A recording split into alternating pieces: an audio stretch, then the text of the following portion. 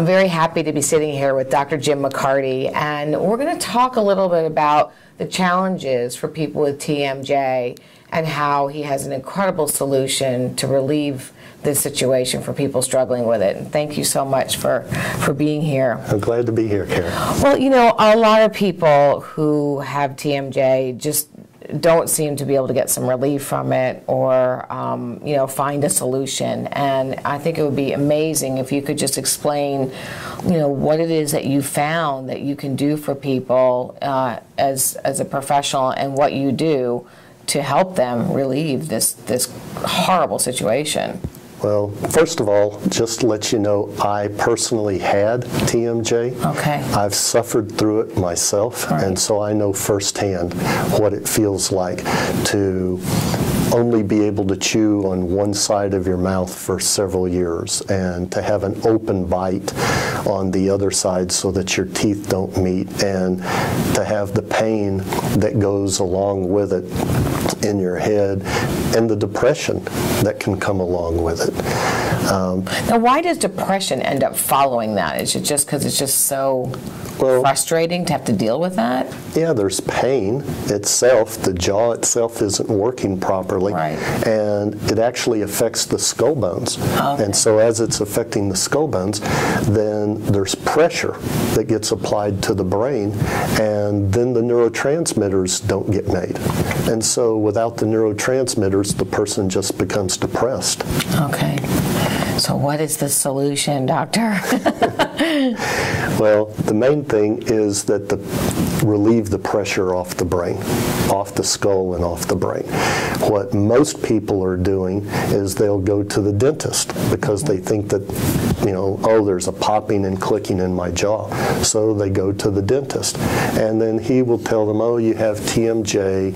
He'll take an x-ray, put his fingers in his ears or in front of their ears and feel for opening and closing the jaw, and they feel this popping and clicking.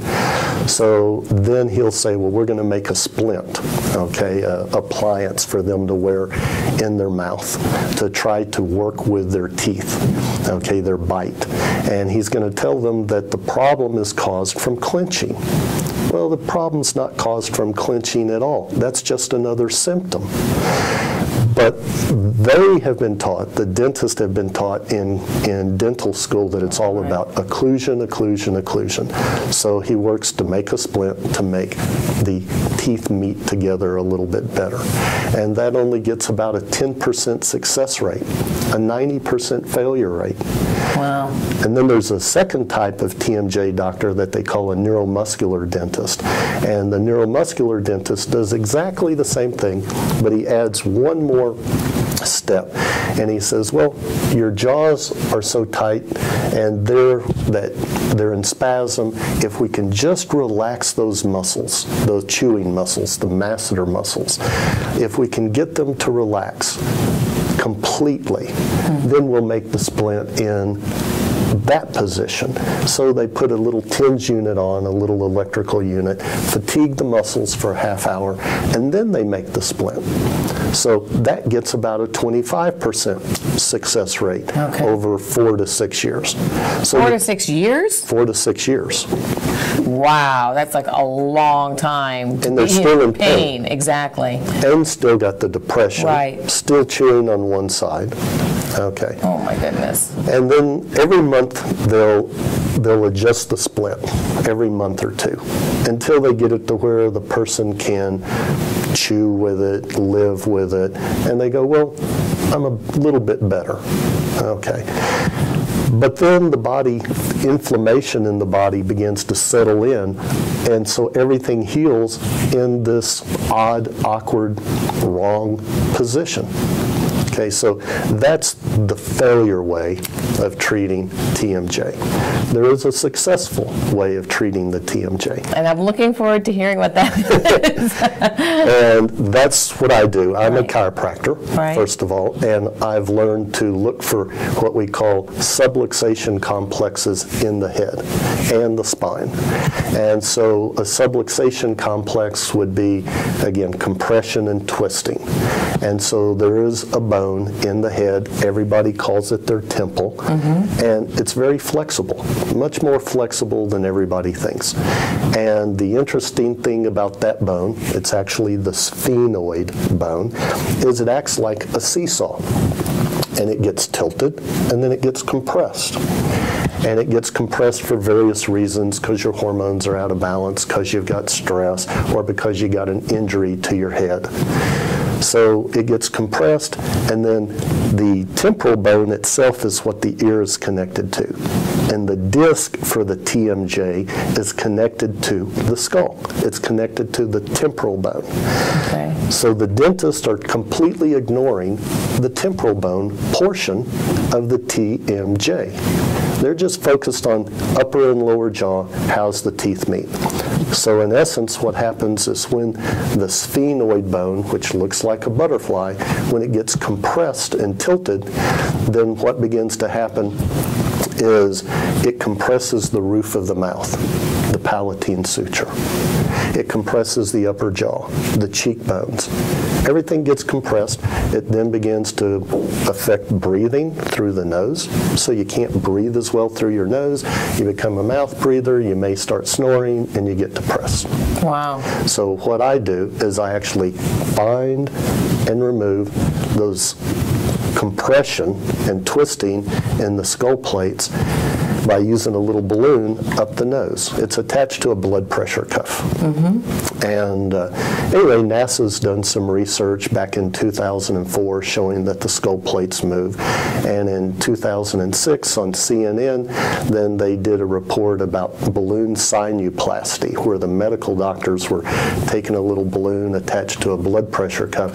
So instead of rhinoplasty, it's, what is it called? Sinuplasty. Sinuplasty. So, but they're going up the nose into the actual sinuses, and I'm not doing anything like that. Yeah, that We're going through the nose to the throat, just kind of like if you were doing an upper GI. But what does that achieve by, you're inflating the balloon obviously once it's in there, and it does what?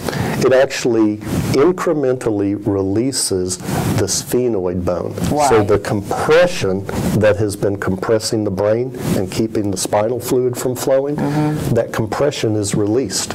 And as it releases, then the spinal fluid starts to flow.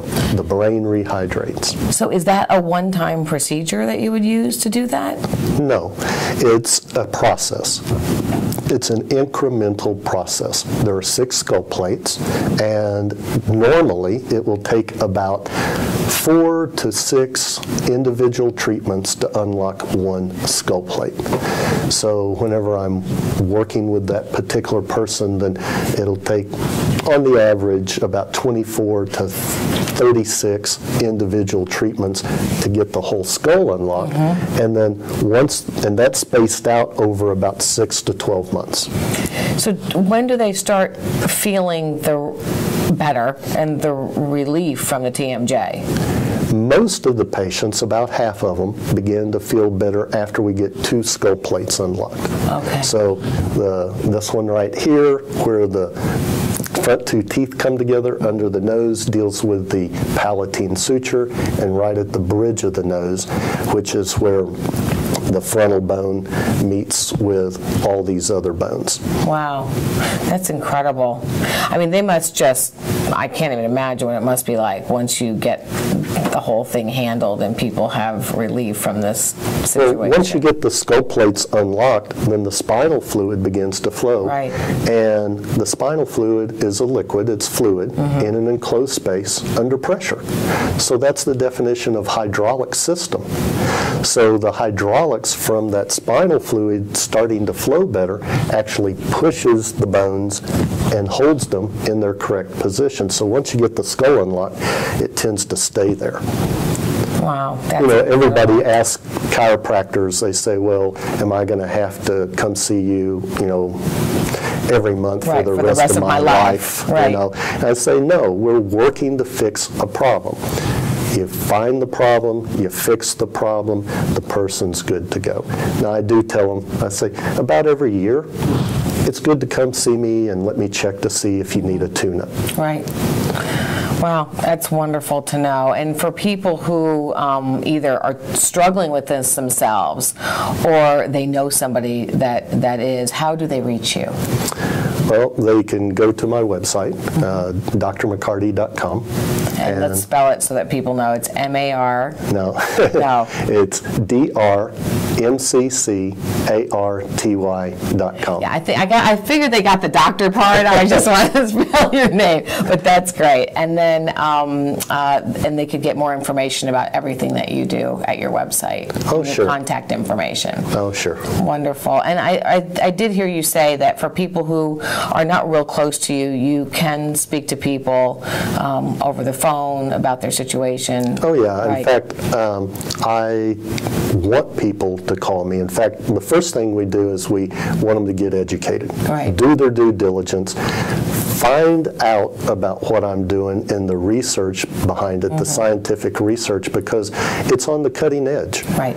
Now, I've been doing the advanced cranial work now for 17 years, okay? But we're getting ready to turn how dentistry deals with TMJ 180 degrees. I mean, this is how TMJ will be treated in the future, and it's here now. That's wonderful. Wow. Thank you so much for explaining that, and I'm sure you're going to bring relief to a lot of people that are still suffering. So thank you, Doctor, for spending this time. Well, you're welcome. Appreciate it. I'm glad to be here. Thank you.